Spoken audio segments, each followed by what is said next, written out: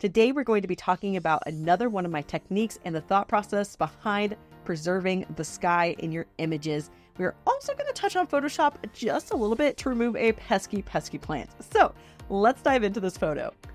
Here is a raw photo from the maternity session I did out in Broken Bow. And you can see we're starting to get a little bit bright, not quite true sunrise anymore, but that's what's great about this technique. You can really use it at any point of the day. So first things first, let's talk about our settings and why I chose the settings that I did.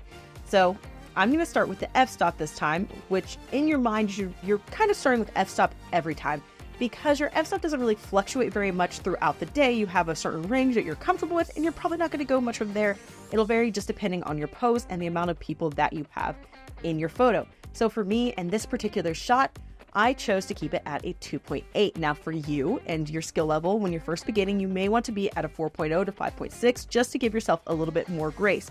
But the reason why I am at a 2.8 is because I felt confident with my pose, having them stacked and their faces pretty close together, that I would be able to get both subjects in focus by hitting one of the subjects, if that makes sense. So same thing for you. There's a reason I am not shooting at a 1.8, even though my lens is capable of 1.8. It's because this pose, my chances of getting both people in focus with this type of situation gets a little bit slimmer because they are stacked. In addition, I know my lens, and my lens isn't as sharp at a 1.8 as it is at a 2.8. So when it comes to choosing your f-stop, you really have to know yourself, your capabilities, and your gear's capabilities. And I don't mean just the number that is written on that lens. I mean what is actually sharp and in focus with your lens. All right, now that that's out of my system, let's talk about your next setting choice, which is your ISO. This is arguably the most important part of this whole setup, and like how to be able to preserve the highlights is you need to pick the lowest native ISO possible. So for me, in this particular case, because I am shooting in direct sunlight, my lowest native ISO would be 100. Now on all the Canon cameras, I think most every camera, your native ISOs are 100, 200, 400, 800, 1600, double it, so on and so forth, forever and ever, amen.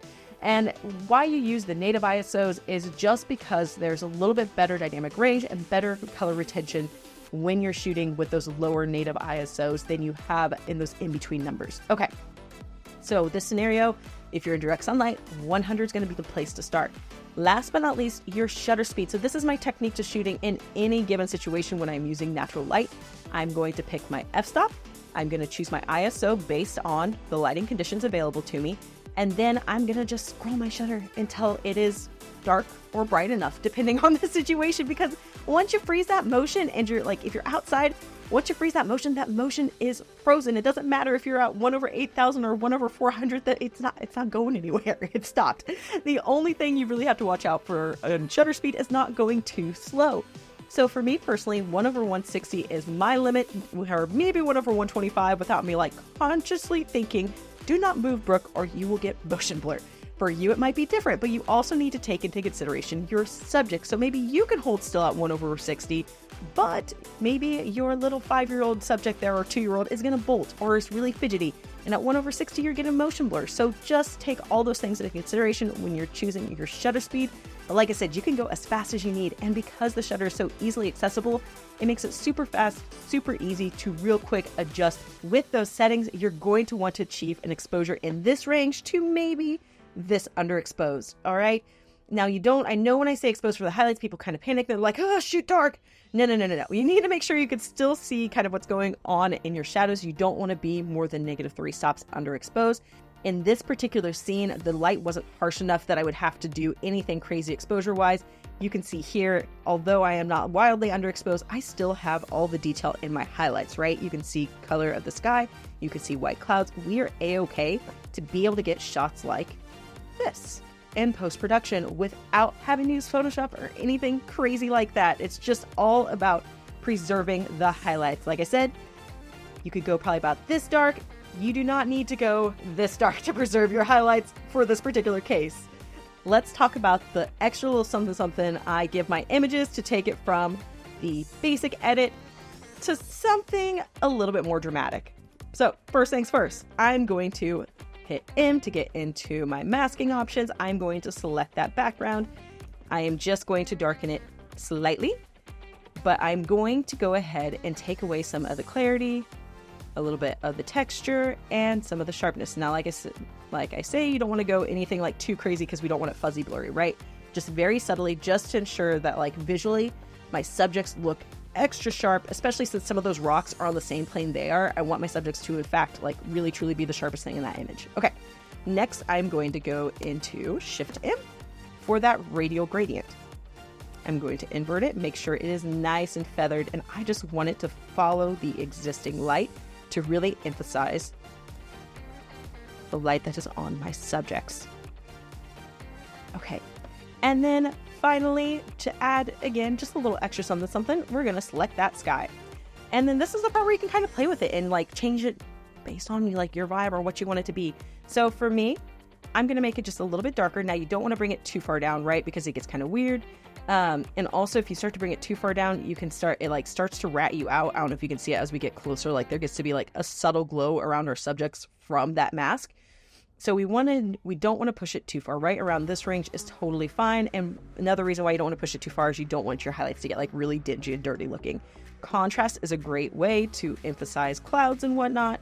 You can change your color of the sky, whether you want it to be warmer, colder, whatever. I'm fine where it is. I'm just going to give it a little bit more oomph. So I'm going to add a little bit more saturation. Brighten that a little bit because I'm also going to use dehaze, because dehaze, do you see that? Yeah, dehaze does magical things when it comes to like really bringing out the sky. All right. And like I said, it is up to you on like how colorful you want your sky, on what, like if you want it to be slightly greener, slightly colder, slightly warmer, all these types of things, these like little micro adjustments, they're up to you. But because you preserved your highlight, you've got room to play. All right. Before we deal with this finicky little plant, one more thing that I want to go over is my pose for this shot. So the posing matters, especially when you're using this technique. So whenever you're shooting using direct sunlight, you need to make sure that your subject is either fully facing into the sun or fully has their back to the sun. There's no in between. You can't like split light it or you'll get really harsh, nasty shadows or weird splotches of light will fall across them, that sort of thing. So you need to make sure that their bodies are either turned fully into it or their backs are to the sun. Those are, like I said, all or none. There's nothing in between, all or none, if you want good looking light on your subjects. So you can see for this one, I chose to face them fully into the sun, which means I literally, in this case, I stack them and turn them out, which is why I pose. This is what I'm talking about when I'm talking about posing for the light, right? My light available is a direct light in order to preserve my sky, which means I need to pose in that manner, which means I either have to fully turn their backs to the sun or fully turn them into the sun. And I felt like this epic landscape caused for kind of an epic pose. So here's what we did. I stacked them, and you can see because I stacked them, we get some nice contouring. Because we stacked them, we get some nice contouring shadows from that sun. It works out fantastically, and this same technique can be used at any point of the day. All right, so let's do our last little thing. We're going to take out this plant. So I'm going to get into Photoshop and I'm going to hit Command E. Now that we're in Photoshop, I'm going to hop in here and I'm going to select our happy little plant. So I'm going to use the object selection. W is your quick key if you have it selected. And I'm going to draw around this plant. You don't have to be perfect, just get it close because the object selection is going to do most of the heavy lifting. Okay, let's see how we did. Cool, so I need to select a bit more of this plant, so let's get your lasso. So L is the quick key for that. And then if you want to add, you're going to hold Shift, and you're going to grab this bit here. And then if it got stuff that you don't want, like right in here, you're going to hold Alt and subtract from it. Grab here, get out of here, and here. Voila! Okay, then just right-click, Content Aware Fill. Now, when you're using Content Aware Fill, you just want to make sure we're not pulling from people or anything that we shouldn't be pulling from, so we don't accidentally copy a hand over. Okay, I think that really did a pretty good job. Let's zoom on in here, and honestly, pretty happy with it. Okay, you can add more by holding Alt or Option and selecting different areas for it to pull from, but I don't think we really need to in this particular case. Like I said, it got it pretty close. You can also hit Scale if you're trying to get a little bit more refined, or sometimes rotation adaptation will get you a little bit closer. But like I said, I think out the gate, this is a good place to work from. Just make sure your output settings are to a duplicate layer. So that way you're essentially making a copy of the background, but it's fixed. So you're not messing with the actual background. Now I'm going to go in and I'm going to remove some of these funky colors because it is trying to blend in that plant. So it's going to do some kind of weird things in places, but we're just going to get in here with the stamp tool. So S is your quick key for that, and then Alt or Option to drag from other areas to remove all that little gunk and those hard lines.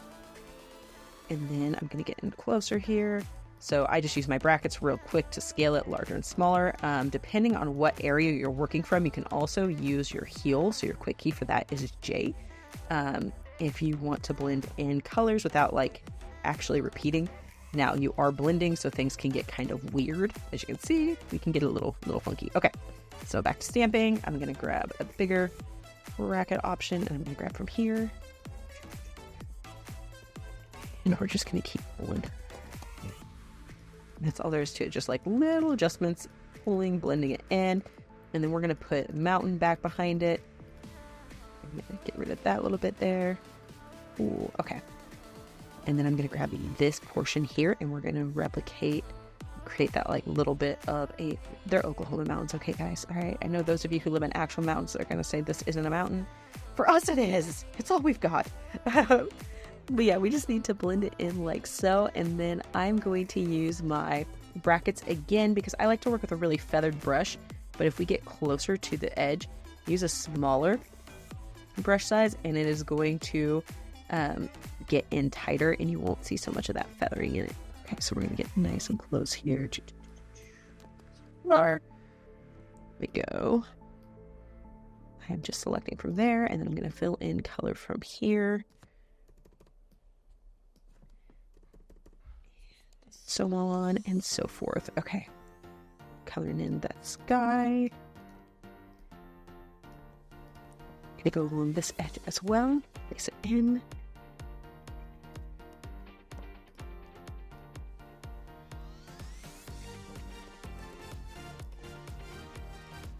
Now, it may be faster, especially with this plant, because we're crossing into two different scenes or like two different areas of the image from like, we've got that transition from rock into sky.